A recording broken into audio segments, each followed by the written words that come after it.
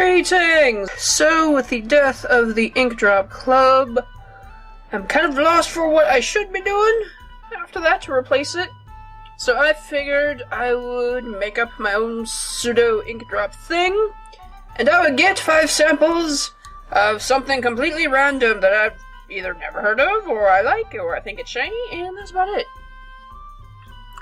So, for this month, I bought from Venice Pens 5 samples of KWZ Standard ink. I know nothing about this brand, other than it comes from Poland, which is pretty cool. I don't hear about a lot of inks coming from Poland. If anybody else knows any useful information about the KWZ brand, feel free to leave me a comment down below. So I have 5 inks. We have KWZ Green number 5, which apparently there are 4 other ones. Thieves Red. Berry. Azure number 4. And Foggy Green. A fun little assortment I picked out based on the color palettes on the swatches on the screen, which is obviously a lot different than in real life. So anyways, let us get started.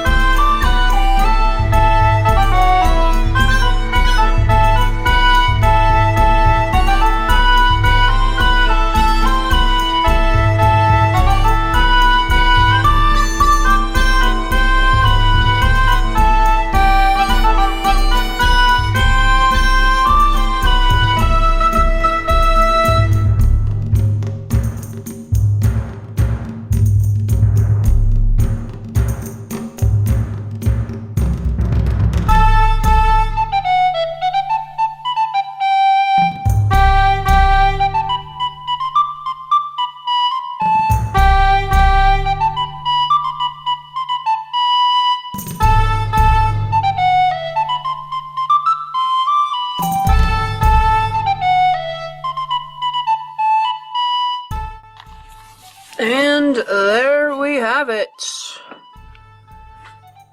So this is a very interesting company. They have a lot of different properties. Like, none of these inks that I've picked out have really uniform properties. It's kind of intriguing. Like, most of these didn't perform very well in the dip pen, but this one had a shit ton of mileage on it. And they have a very interesting smell, too, altogether. They smell similar, and yet slightly different. Very soft, almost herbal or medicinal, but it kind of smells like cedar resin, or combined with, almost like, not necessarily burnt rubber, but like burnt pencil eraser. Like if you rub an eraser far too many times. It's kind of the smell that you get from it. It's interesting. I've never actually smelled an ink like that. And they're all different in varying degrees, which is pretty cool. Let's see what we've got. They do have a bit of a sheen to them. That's kind of why I got the Foggy Green. The swatch on that looked absolutely gorgeous, and I'm gonna have to do some porous paper with this probably and get back to you guys on that. See more of a reddish hue to it, because you can't exactly pick up that on this one little specimen, but the Thieves Red has some very nice shading, and the Azure number 4, I believe, has a little bit of a sheen as well. KWZ Berry is kind of interesting. The swatch on the screen showed more of a royal purple, but this sample is more of an aubergine eggplanty color mixed with the royal purple, so it's a little darker.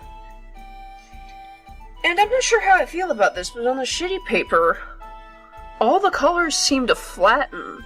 Like on the Rhodia, it seems nice and vibrant and really gorgeous, but here it seems really, really flat. Another thing I mentioned is that some of these are a lot wetter than others.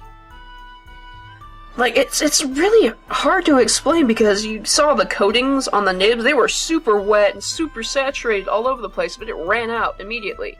And I had a hard time running my pen. This one had really great mileage with the dip pen.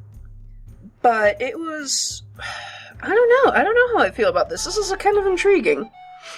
And maybe I'll write a big journal about this. I'll see what other inks they have, and I might, like, do a blog post on it if you guys are interested in that. This is intriguing. Let's see what it looks like in the back. Not a lot of bleed through, actually. The darker color obviously has a little more trouble. But the green, the red, the purple, and the blue have a little bit more trouble, but probably filled in a fine point. You'll be okay. Probably the blue would be the best for double-sided writing, and I think you can get away with the red. I think I might have to investigate this more. Now, let's see what we got for water trials.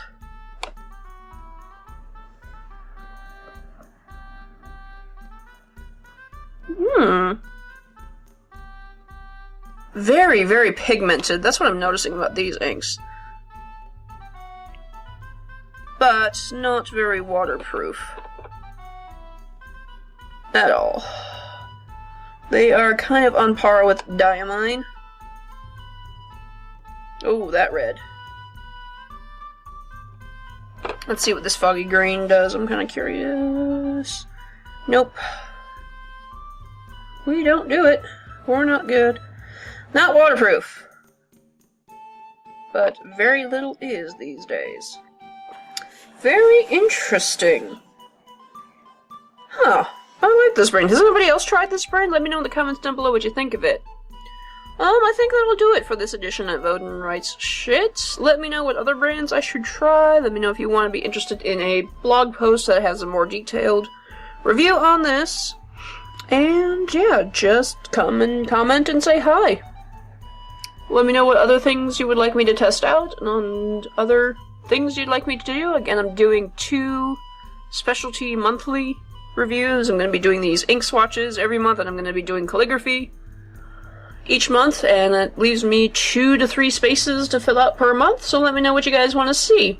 Thank you guys for joining me on this edition of Odin Writes Shit, and of course, if there's anything I need to be trying out right now, feel free to leave me a comment down below, and I will see you next time.